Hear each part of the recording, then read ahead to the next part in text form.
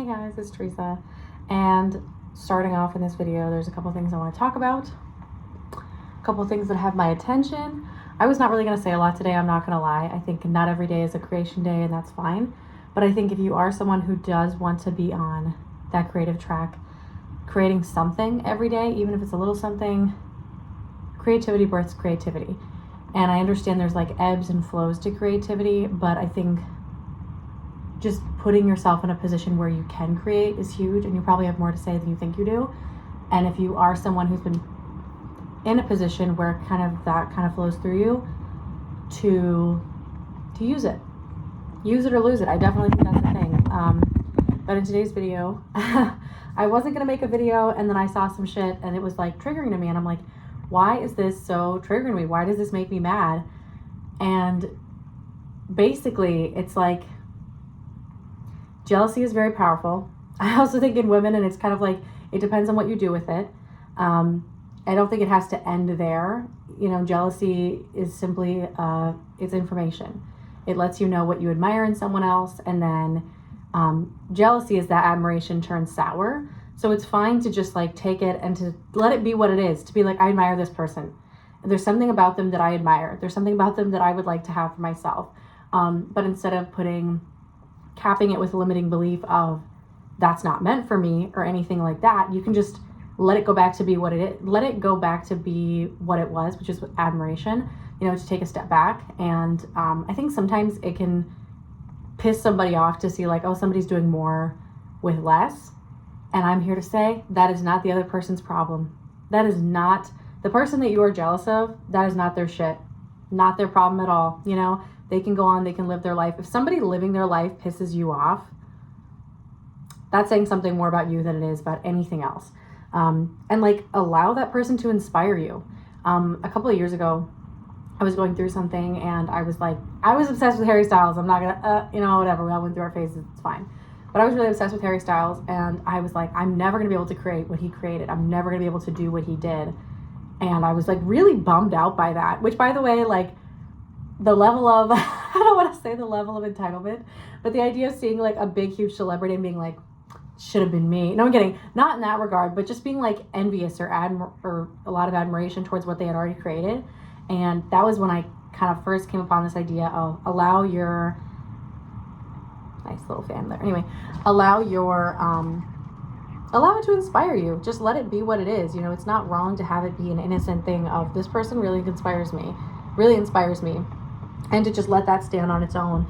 And then you don't have to turn it into jealousy. Just to be like, you know what, I would like to do, to some extent, I would like to do that. Or something about this person really is lighting something up inside me for what I want to do.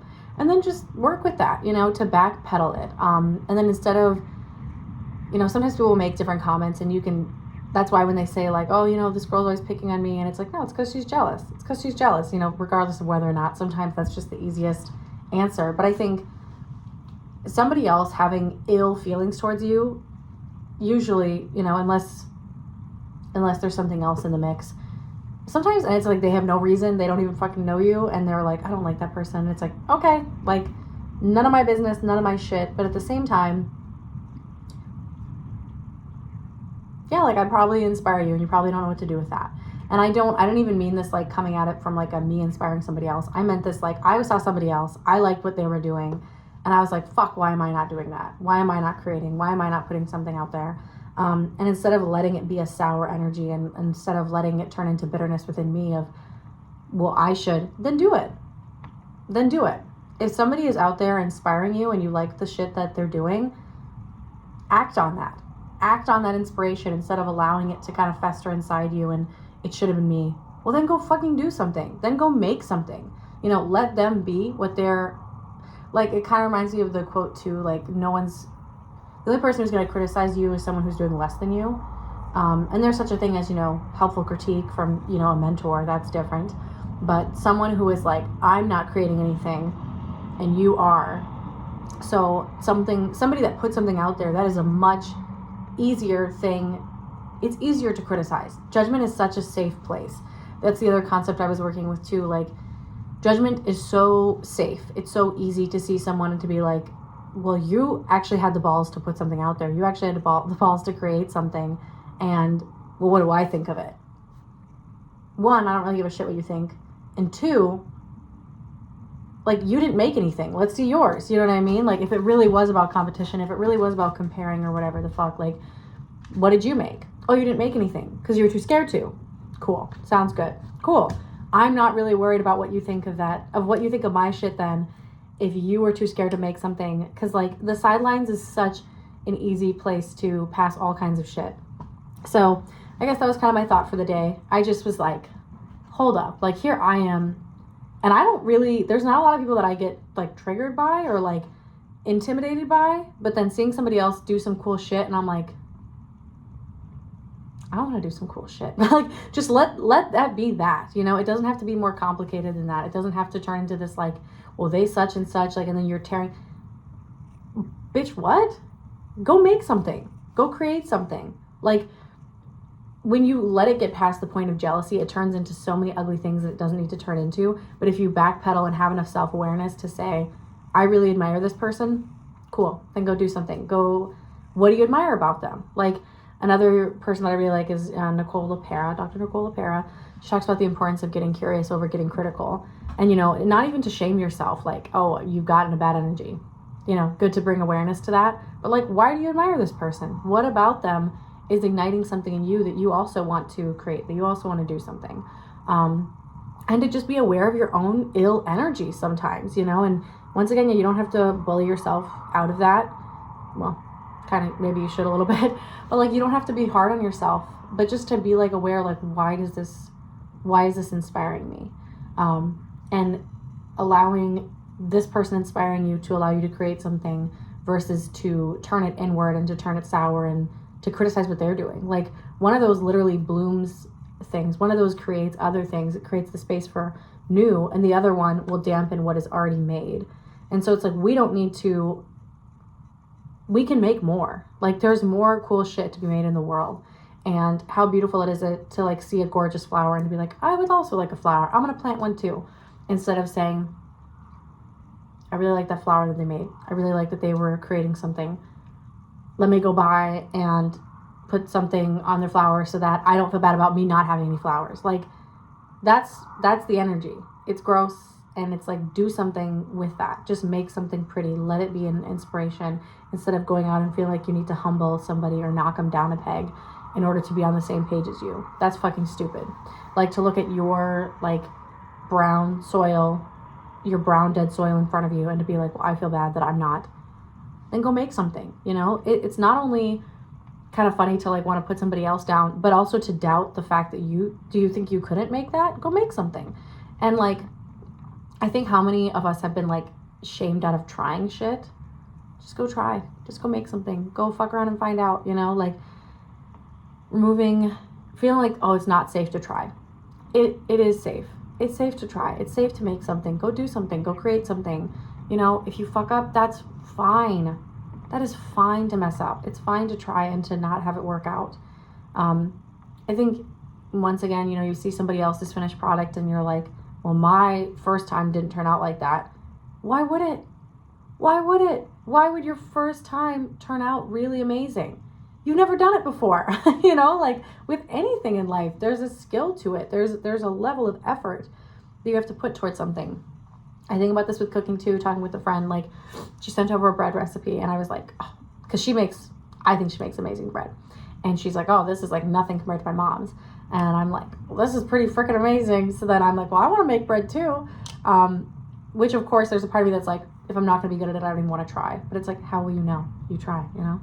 So then I make the bread, and I fucked up. I made about, I don't know, so many mistakes. But guess what? I still did it. I still tried. And then from that, I still got the feeling of accomplishment. So even if it's not the same level or the same par as the person who is a professional, as the person who's an expert, as the person who's had time to do it before, you still made something. There's something about, and this help.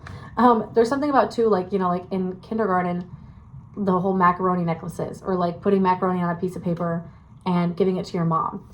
Your mom, luckily, hopefully, she's not going to look at the kids who's like, well, they colored in between the lines. Their drawing is a little bit better than yours, or like they understood the assignment better than you. No, they're just happy that you made something. Whatever you end up bringing home is going to be incredible. It's going to go on the fridge. It's going to be front page news. It's going to be like, you made that? You know what I mean? No parent is going by, or at least they shouldn't, and like stifling it's your first time.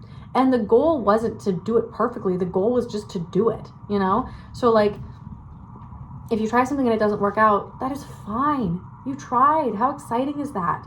How exciting is that?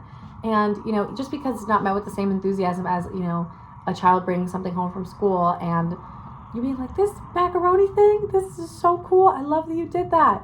You know, like same thing with creating something. Like, you made that? I love that, you know. And of course, if you want comments, if you want critiques, if you want to learn how to do it better, that is also present and that can be there. But like, that shouldn't stop you from trying to make something, you know. It's so cool to even try. It's so cool to even make something. And there's definitely different levels to it in the world, but like, don't, just because, like, no one's judging the kid for like not getting all the macaroni in perfectly in between the lines. They might say, what is this? They might say, what is your teacher assigning you?